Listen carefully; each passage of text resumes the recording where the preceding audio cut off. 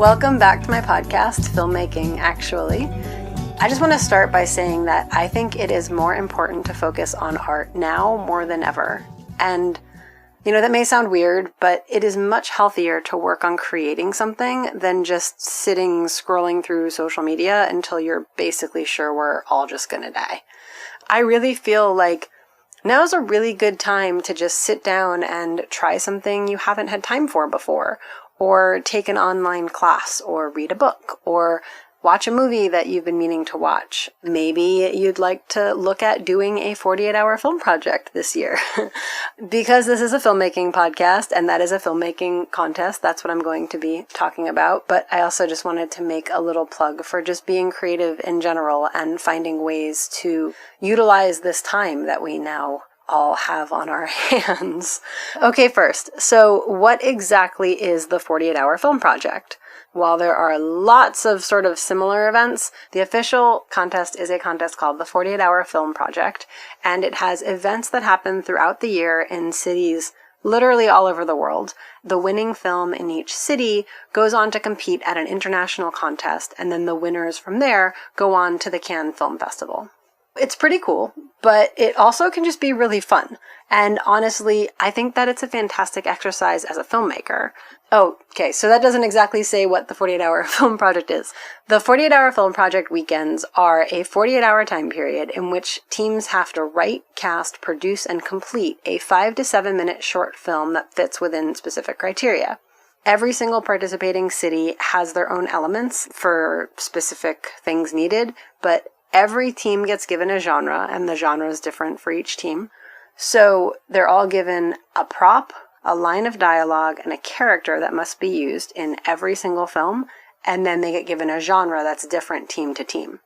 So like, in the past, we had the prop of an avocado, and the character was Mark, the singer-songwriter, and the line of dialogue was, "I wish I could help you." And that's how we made Mark and the Martian. Or we had the prop of a spice, and the character Christina Brownstreet, the former child star, and the line of dialogue, "No way, absolutely no way," and we made Sound Off. So every town has their own specifications for the prop, line of dialogue, and character, and then every team in the town gets their own genre. Now, if you totally play by the rules, which is what Spacey and I advocate, the idea is that you write a script from these elements, the prop, the line of dialogue, the required character, all within the genre you're assigned. You shoot it and finish it and submit it before the deadline 48 hours later. I will say that it is really frustrating to be at the screening and watch films that clearly plan their script ahead of time. Like, the key character randomly walks in and out of a scene and has nothing to do with anything.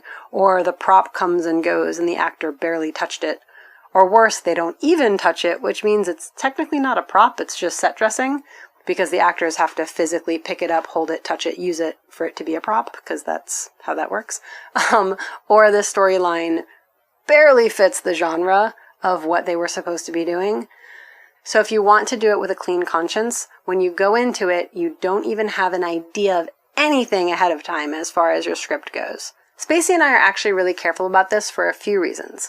Aside from the fact that it's a rule, we actually like getting the film done within the required time, and it really forces us to go through the process of everything within the actual 48-hour time period.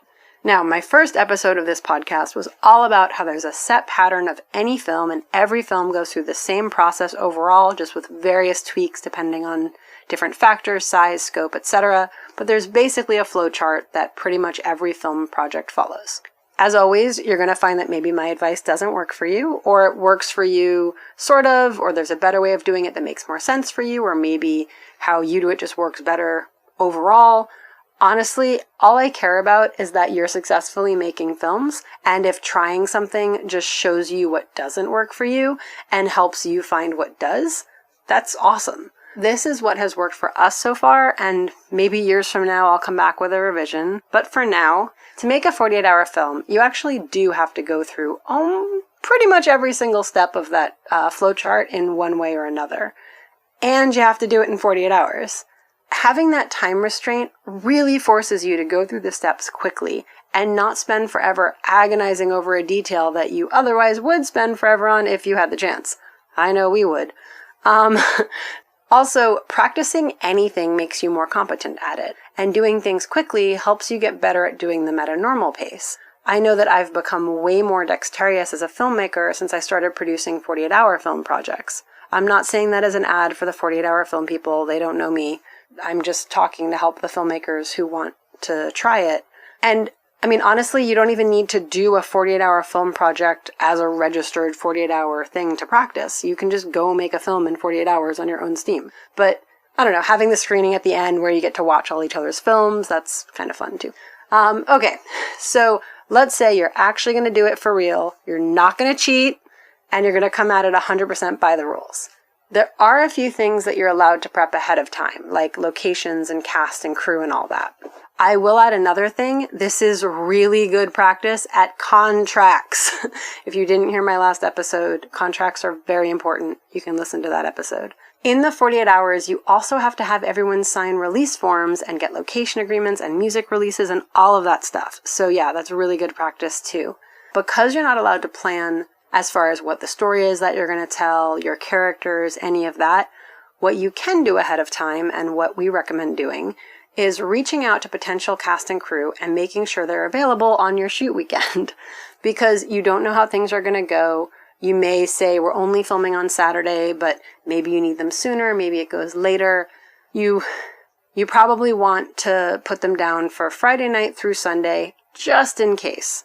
For the very first one that we ever shot, not that we were a part of, but that where it was like our team, our lead actress had to leave and it was really rushed at the end. So secure your locations, cast, crew, you can even line up music, voiceover actors, VFX people, audio mixers, editors, literally your whole production line, and have them sign the release ahead of time. You may have to turn it in within the 48 hours, but they are allowed to sign it early. So if you have all the releases signed, it's a lot less of a hassle trying to finish your film while you're chasing up paperwork. It is so much smoother to have it all figured out ahead of time and everything signed, you've got it, and all you're doing is either uploading the file or printing them and putting it in an envelope. Like, so much better than having to freak out because you can't reach somebody and you really need them to sign the stupid form. It's not stupid, it's important. Okay, so yeah. Best feeling is going into the weekend and all of your paperwork is done. Well, all the paperwork you can do. Also, the 48-hour film project is volunteer only. So while you can like buy props and give people meals and all that stuff, you can't actually hire anyone to work on the project. I actually like that because it evens out the playing field and it means that someone can't just like come in with millions of dollars and hire Taika Waititi when they get dark comedy for their genre. I mean, that would be awesome, but it kind of isn't fair to the rest of us who aren't Taika Waititi. So yeah. So this is how Spacey and I do it. First, we usually travel to a town we want to work in, and we just search online for when their event is. You register online, you pay an entry fee ahead of time, and if you register early, you can actually save some cash, and sometimes you get perks like extra screening tickets or a free award ticket or stuff like that. So we actually plan our projects in January, if we can, and then we have them on our calendar, and those weekends are marked off for when it looks like they're going to be. As soon as we're a few weeks out from a 48-hour film project, we reach out to that community either via our network or through social media. A lot of times that local town also has meetups and stuff like that. So every 48-hour film project city has a local producer that is the producer of the event in that town. And they coordinate stuff like there's meet and greets ahead of time. There's like a launch party. There's a bunch of really awesome events kind of leading up to the actual weekend where you can meet people and connect with them. So if you're not like me and Spacey bouncing all over the country all the time, you can pick a city that is close to you and you just go to it and get to go to all the events leading up to it and all of that stuff. So once we start confirming people, I have a little survey that I send out to everyone about a week in advance. I ask them if they're interested in being a part of the project. I confirm that they're available for the dates. I also ask what role they would like to play. Do they want to be cast or crew or both? And I have them list their top 3 positions that would be like their top picks. Like, I want to be an actress. If I can't be actress, I want to be wardrobe. If I can't be wardrobe, I want to be hair and makeup. You know, whatever. I also ask what roles, if any, they would be willing to do if we really needed someone. So like maybe it isn't their top 3, but they'd be willing and able to do it. Like maybe they're willing to set up craft services even though they really don't want to, but they'll take one for the team. Then, and this question is probably one of the most important questions, I ask for their skill sets. So like, what random things can they do? And it could be anything from climbing trees to braiding hair, whistling, playing an instrument, speaking another language, tap dancing, tai chi, anything. This is really, really vital and helpful to know later.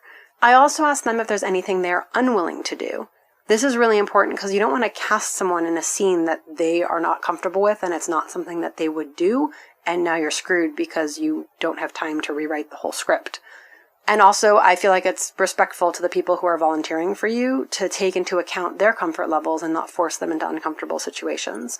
So we ask them if there's anything that they would rather not do. Another thing that is really important to ask is allergies. Especially if you're going to be feeding people on set, you don't want to have someone come on. They're like allergic to dairy and allergic to wheat, and you're serving grilled cheese sandwiches, and that's all you got. So that's just like nice to be able to accommodate everybody, but you also don't want someone to have a really bad allergy attack, because it's not like if somebody has to go to the hospital, you can just go back and shoot later because you will have run out of time. Plus, you don't want to send your crew to the hospital or your cast. So that's important. And then also if someone's allergic to birds, and then the house that you're filming at, the owner has a pet bird. Now your actress is like, eyes are all poofy and they can't breathe and they need to take their allergy medicine and wait. Again, it's so easy to just say, hey, does anyone have any allergies? And then they tell you, and then you put it on a spreadsheet, and there you go. And then the last thing I ask is there anything else we should know or take into consideration? Just because you never know, and sometimes people will volunteer the most random useful information, and you're like, oh my gosh, I'm so glad they told me that. So yeah, you just ask. That's the survey that I use. Obviously, you can write whatever you think is good for you, but that's what we've found works for us. All of that information then goes onto a spreadsheet, and I sort it by cast and crew. Okay, I'm going to back up a second. You're probably going, oh my goodness, woman, that is so much work. Why are you doing this? Because, and I'm going to say this through all of my podcasts, proper prep makes shoots so much smoother. Yeah, it is a lot of work. Filmmaking is a lot of work. It's fun and it's glamorous and it's glitzy and you get to go to fancy premieres and there's all that stuff, but it is so much work to get there. And if you do the work ahead of time, then it's things that have already been taken care of, and they're not going to trip you up when, for something like a 48-hour film project, you have less than 48 hours left to put together an entire film that I refuse to cheat at accomplishing. Again, prep is where it's at. And if you don't want to do it, partner with a really good producer who's got your back and who will do all of this work to make your shoot super smooth. So I've got my grid. It's sorted by cast possibles and crew possibles. I've got notes as to everyone's skill sets. I've got diet notes, allergy notes, extra notes. It's all there. I usually thank the people for their survey, and then I get them to sign the release, and I don't put them down as confirmed until I have the release form back. That's very important. Sometimes someone will say, hey, can I bring it with me to set? If I have no other choice, I'll say yes. We usually print out extra copies to bring with us to set, and then I just have a list of who we're missing, and then my assistant helps get those signed. I also start to get music releases for songs. This is actually something Spacey usually takes care of, but sometimes a musician has an amazing catalog, and they're willing to just give us an open agreement, like it's a blank form that they sign, and then we just fill in the songs we want. But musicians, don't do that unless you totally trust the person you're giving it to. And producers, don't be jerks and demand that from musicians who aren't comfortable with that situation. So if they say no, just either pick specific songs to be released or just move on. We also get location releases signed from any of the possible locations we could film in. So let's say we're not sure we don't know what genre we're getting. We don't know what story we're going to write yet. And we have access to a coffee shop and a house and a car mechanic place and a tattoo parlor. I would get a release signed from every single one of those people, even if we're not going to use them all, then at least we have it. Kind of like the same reason why we get releases from a bunch of different musicians. Maybe someone's a classical musician and there's a song of theirs we love, we'll get that song released. Maybe there's a hip-hop artist that is amazing, we'll get that song released. Just so we have it ready for us. Also, sometimes there are like music platforms that sponsor the 48-hour film project, and they'll give you like a discount code that's only good that weekend to use for your film. Spacey and I also have a stash of props and costume items and makeup and all sorts of stuff that we've kind of collected over the years. And we'll usually put together a suitcase of key stuff that could be useful and that we bring with us when we pack. So we know the genres are, there's a period piece, there's science fiction, there's action adventure, coming of age, a family film, a holiday film. I don't remember what all the other genres are. They're listed on the 48 Hour website. So maybe we'll bring an American flag and Christmas lights and a menorah and Valentine's hearts. But we'll put things together that could fit a possible genre so that we have those items to hand. And we can also use them to help spark ideas for the story once we know what we're doing. The day before the event, so Thursday or Friday day itself, we stock up on craft services. So basically snacks for the set and food for meals. We line up delivery in advance if we're doing that. We usually get bagels and coffee and fruit for breakfast, and then we'll do like sandwiches and chips and veggies for lunch, or we'll have like fruit snacks and more chips and pretzels and juice and water and stuff, whatever, just during the day for snacks. All of that can be prepared ahead of time. And if you have someone helping as a production assistant, that's something they can help with too. That Friday night when the event launches, we head down to the launch event, get assigned our genre, character, prop, line of dialogue, and we immediately start spitballing ideas. It's always fun for us to try and make the prop a featured item or the required character a lead or majorly supporting character or the line of dialogue like a turning point for the film. It's particularly a point of pride for us to be able to really clearly work our film around the required elements as a surefire way of saying, hey, we actually did just make this movie. We did not have anything in mind when we walked in. Sometimes it also just helps to write the script to lean into that because we're writing out of the air. So like, for example, maybe the genre is action adventure and the character is a mail carrier named either Frederick or Frederick, male or female. And the prop is a toothbrush and the line of dialogue is, I'm not going to eat off that plate. I don't know, just something random. So I'm going with that. This is where the spreadsheet is your best friend. So the first thing to do is look over all the different actors that you have access to and what their skill sets are. This also can include crew members who said they were willing to act, and also cast that's willing to be crew, because it may be a better fit, even if somebody's an actor and they really want to act, it may be a better fit for your story to pull one of the crew members who is willing to act and have them because of their skill sets versus putting in an actor who maybe wouldn't carry the story as well or who can't do what you need, etc. Obviously, people are volunteering, try to give them the jobs they want, but the whole point is to make an awesome film. For example, one film, we had a sound guy who had a part in a couple of scenes towards the end, so he ran sound the whole time, and then a PA helped out for sound for the last few scenes, and he was talent. So for this one, let's say I have 3 young girls who can sing and dance. I've got a black belt who also has a dog, and I've got a woman who's a little older and who speaks better French than English. All right, so story. Maybe the black belt is a mail carrier who is actually working for the French lady as a spy, and maybe these young girls have an after-school dog washing business, and they're going to wash his dog, and they're going to use the toothbrush to scrub the dog's nails, but something happens and they get caught up in the French woman's scheme. They have to win a dance competition in order to survive. And maybe the trophy is a silver plate, and one of the girls says, I'm not going to eat off that plate when they win. I don't know, I just made it up. So the way to write any script is with a logline basic synopsis. And for this, I just used what we have access to in order to write the story and fit it in the genre. And you can literally go in any direction. That's one of the fun things about the 48 Hour is watching all of the films afterwards and seeing how many different directions Frederick the mailman and I won't eat off that, but I'm not going to eat off that plate is going to go in all of these different films. So we always try to use all of the people who ask to be part of the project as actors, but sometimes it can get overwhelming trying to write them all in. Be sure to hit the points of requirement that if you don't hit, you're disqualified, and then write the film from there. Usually you're able to fit people in, even if it's just little parts along the way.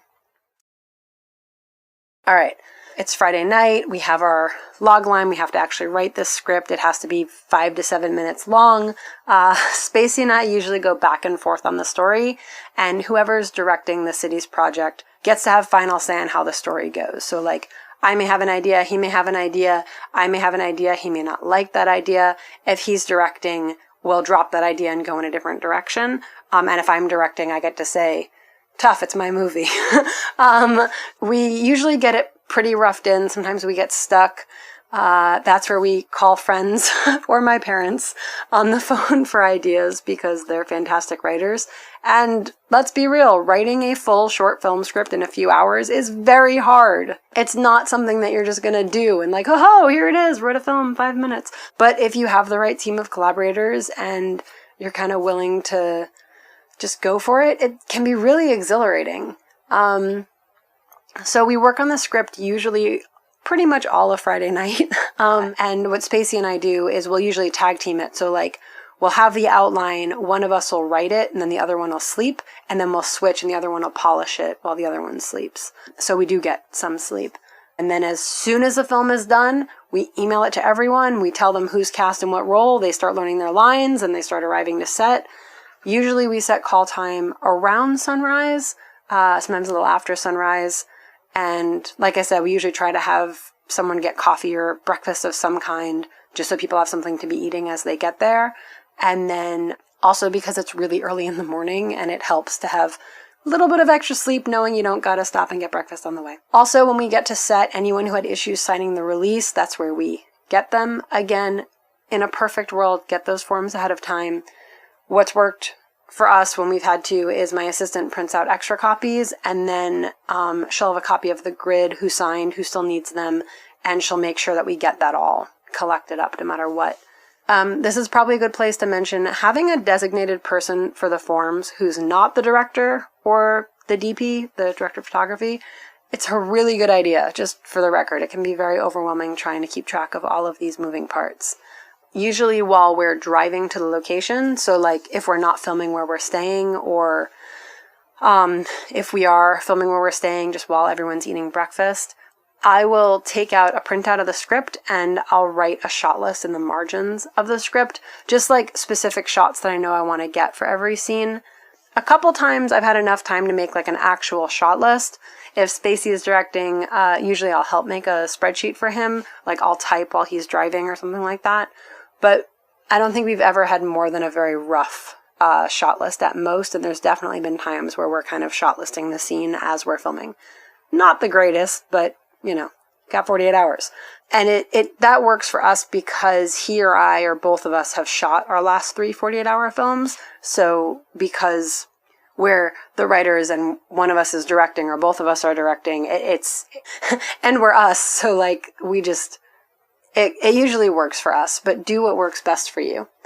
If I have a chance, I try and outline the day and make a very rough schedule. Sometimes we just shoot the script in sequence. Sometimes we don't, just for normal reasons, location availability, things like that.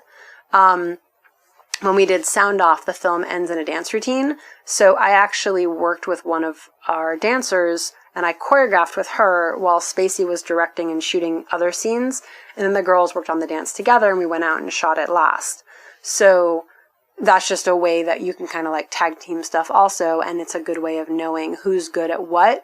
You know, you can send off your art department to dress one area while you're filming somewhere else. It's just like, it literally is everything you have to do to make a movie normally really, really, really quickly. Just really, really, really, really fast. So now, the second we are done filming, we yell that's a wrap, don't want to jinx anything, and we start to edit. For this, we organize the footage by the scene. Usually one of us will start to edit while the other one takes a nap. We go back and forth a little bit between the two of us. That's what's been successful for us, is one of us starts, the other one polishes. And this is another place where you can't spend forever making artistic choices. It does help to have that shot list or even a storyboard done ahead of time, so you can just kind of drop it all in, but you still need to finesse how all the shots fit together. We've also done films where there was an original song written and Spacey recorded it while we were filming and then used it in the edit. We've also done stuff where we have VFX in the film. We've gotten science fiction twice, if we get science fiction again. But yeah, and we've got an amazing VFX artist that we work with, but he is never where we are. The first year, I think he was actually in Canada. We were sending the files across international lines, and he was doing them super fast and sending them back to us. And then our dialogue editor lives in the Bay Area in California, so we were sending him our dialogue cuts. One thing that helps speed it up is if you lock the section of the film that has especially hard dialogue or the background noise is a little rough, if you can lock that part of the film first. I mean, ideally you want to lock your edit from start to finish because you want to watch it from start to finish and make sure the pacing is good and everything falls where it should. But you're on a super tight timeline. If you have to, just lock the pieces that you need locked first and then get the VFX done, get the dialogue fixed, anything you need like that. If we are able to get the whole thing locked first, we'll send that off and then we'll work on the color correction or some other part. Also, spending time on the sound, I mean, it's important for any film, but if you have the time for a 48-hour film project, it's really rough on the audience to have, like, levels in your film be inconsistent, so, like, you can't hear the character 1 second, and then all of a sudden there's, like, this sound coming in the back of another character. If you have time, I mean, try and just record clean audio, but if you have time, smooth it all out, balance the levels best you can. If you have time, it helps. If we can get it all locked and everything's done and all that's left is things other people are working on, we'll take a nap, or one of us will take a nap. It also helps to have someone write out the credits so the editor can just copy paste them in. For one film, we literally just wrote something like, "We're leaving this title card here in case we don't have time to do the credits, you all rocked." And then that was what we ended up being the credits because we totally ran out of time. You want to prioritize finishing your actual film. They're not going to judge you because you did or didn't type out fancy three-dimensional animated crazy credits. They care about the 5 to 7 minute film. I think that was actually the time we did 2 48-hour films in one weekend. Like, we completed 2 projects within one 48-hour. Anyway, so yeah, we ran out of time. There's also technical specs as far as the total runtime, like not just your film itself, but they want an opening sequence, they want a certain amount of space of a blank black screen, they want information shown on the screen before the film starts. The credits are only allowed to be so long. So there's a bunch of stuff, but it's all on the 48-hour website, and you get given all the instructions when you sign up and when you launch and all of that stuff. Sometimes we'll set that up first and then edit. We'll put a black bar on the timeline just to block off those first 5 seconds or whatever it is, and we'll put in the opening title, we'll put in all that stuff. Just make sure that if your film is going to be the full 7 minutes, which is the longest they allow, that you account for the opening in your total runtime when you're looking at your timeline so that you don't go too far over and so that you don't cut yourself short either. Because you are allowed the whole runtime for your actual film, and you don't want to not count space on your timeline that you allocated to the opening sequence when that could be more of your film. Yeah, just pay attention to what you're doing. It's really hard when you're exhausted. Try to leapfrog it best you can, or better yet, if you have somebody who's an editor that you work with, have them just be on a normal sleep schedule and they can edit while you're sleeping. There also is a wrap form, because there wasn't enough paperwork already, that you need to fill out, and a bunch of other paperwork that has to get done. In order to be qualified for the contest, not only do you have to round up all the release forms and turn them in, some cities have you do it electronically, some cities need it done hard copy, some cities it's a mix of both, where there's a couple forms that are online, a couple forms that are hard copy. All of this stuff has to be done within that 48 hours, and it's not things you can do ahead of time. It's like, what did you run into? What type of film did you make? What type of camera did you use? Is there anything in specific that the judges should know about your entry? Was your team led by women? Were there differently abled cast and crew members? Is there people on your team that are veterans? You know, there's all of these different things that they ask you. But that needs to get filled out. So usually one of us will do it while the other one is working on whatever needs to get done on the edit. And then that's it. Once the film is locked, we export it. We've exported it directly to a flash drive to save time. If you can, try and give yourself enough time to watch it before you turn it in. I don't know if we've ever had time for that, but if you can, it does help.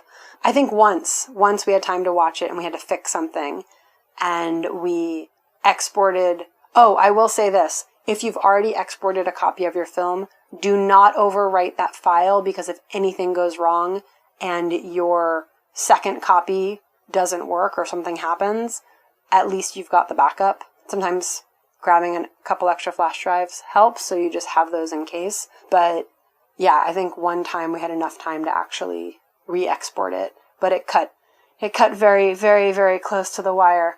And then make sure you also account for travel time, because it has to be actually in the city producer's hand at the exact deadline, and they have no mercy. If you are 1/100th of a second late, you're disqualified. They'll still screen the film and you're still eligible for like Audience Choice Awards, but you're not qualified for the competition. To be short a second is just so sad. So try and like work backwards. If you're driving to the drop-off point, if you can bring your laptop to the drop-off point and work there, whatever you need to do so that you know you're going to get it turned in on time. Yeah, and that's it.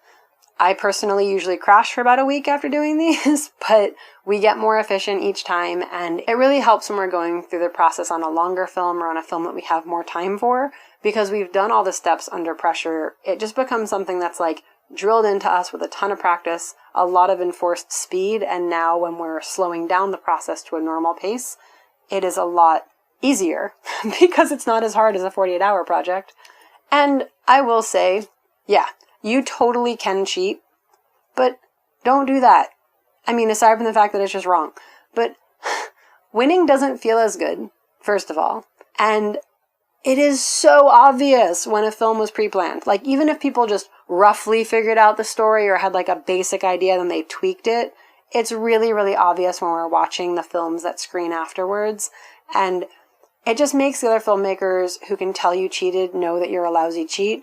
And it sucks because, like, the whole point of the competition is, can you actually do this? What's the point of winning something you didn't actually do? I don't know. Whatever, people have their own moral standards. I personally think the sense of accomplishment of knowing that you straight up made an entire film in 48 hours is pretty freaking cool. And we've definitely seen some films. I mean, we've made some films where you're like, wow, that just happened. But we did it in 48 hours. And of course it was a hot mess because, I mean, the first one we did involved robots and androids and so much VFX. It was a sci-fi film that like this girl's neck cracked open and you could see her wiring. It was just, we went, that was crazy. And then the time that we did 2 projects in one 48-hour time period, those, not my best work. But we made 2 movies in 48 hours from scratch, and that team was amazing. I'm so proud of everybody who did that with us. So it brings an amazing sense of accomplishment when you do it. And I know I'm kind of getting a little soapboxy right now, but I will say reverse-wise, we once got feedback from a judge that said that our film didn't look like it could have been made in only 48 hours, so they basically disqualified us, which was really frustrating at the time because we busted our butts on that film and everybody worked so hard. But now we just roll our eyes because we know how hard we worked and we take it as a compliment that the film was basically too good for them. So, there's that. But there's something to be said for actually doing it right, knowing that you did it. It's a really cool feeling. This is how we do it. I think you can do it. Usually within a few weeks, there's a screening event where you get to watch all of the films. And that's always a lot of fun because for the most part, it's awesome to see how everyone takes the same required elements and then comes up with these totally different stories. And they're usually a ton of fun to watch, especially watching that one specific character. Like we had that Christina Brownstreet in one, and then seeing all of these different former child stars going through all of these different scenarios. It just was fun. It was really fun to watch. And then about a week or so later, there are awards announced, and then you get to go to a fun awards ceremony, and then whoever wins that town goes to something called Filmpalooza, and then the winner of there goes on and blah, blah, blah. And that's it. That's the gist of the 48-hour film project and how to actually make a film in 48 hours without being lame and cheating. But it is a fantastic exercise for all filmmakers, and I highly recommend it for anyone who wants to be a professional filmmaker, or even someone who is a professional filmmaker. I mean, it's really fantastic practice, and it totally puts you through the ringer. All right, that's really it. Let me know if you have any questions on anything we covered here. You can comment on I'm going to say comment below, but depending on what platform you're listening to this on, it may be comment above or comment right here. You can like, subscribe, share, tell your friends, all of that great stuff. Everyone's got some extra time on their hands right now, so give them a podcast to listen to. But no, really, the world needs art right now, and people need to stay busy. I know it's kind of controversial to say, but come on. Sitting in front of your computer on social media is not good for anyone's mental health, even on a good day, but especially not now. So wash your hands, self-isolate, leave some toilet paper on the shelves for everyone else, and yeah, get out there and make some art. All right, that's it. Bye! You've been listening to Filmmaking Actually with Koura Linda, Space Dream Productions podcast. Subscribe to us on any or all the podcast platforms, but we especially recommend our sponsor, Anchor. If you like what you hear, leave us 5-star ratings and positive reviews on iTunes and Stitcher. It helps more listeners like you discover the show. But the best thing you can do if you really like the show is tell a friend. Want to leave a comment or ask a question? Email at filmmakingactually@gmail.com. This is Spacey speaking, and if you washed your hands to the tune of this episode, you would wash your hands for over 36 minutes. And we'll see you next time.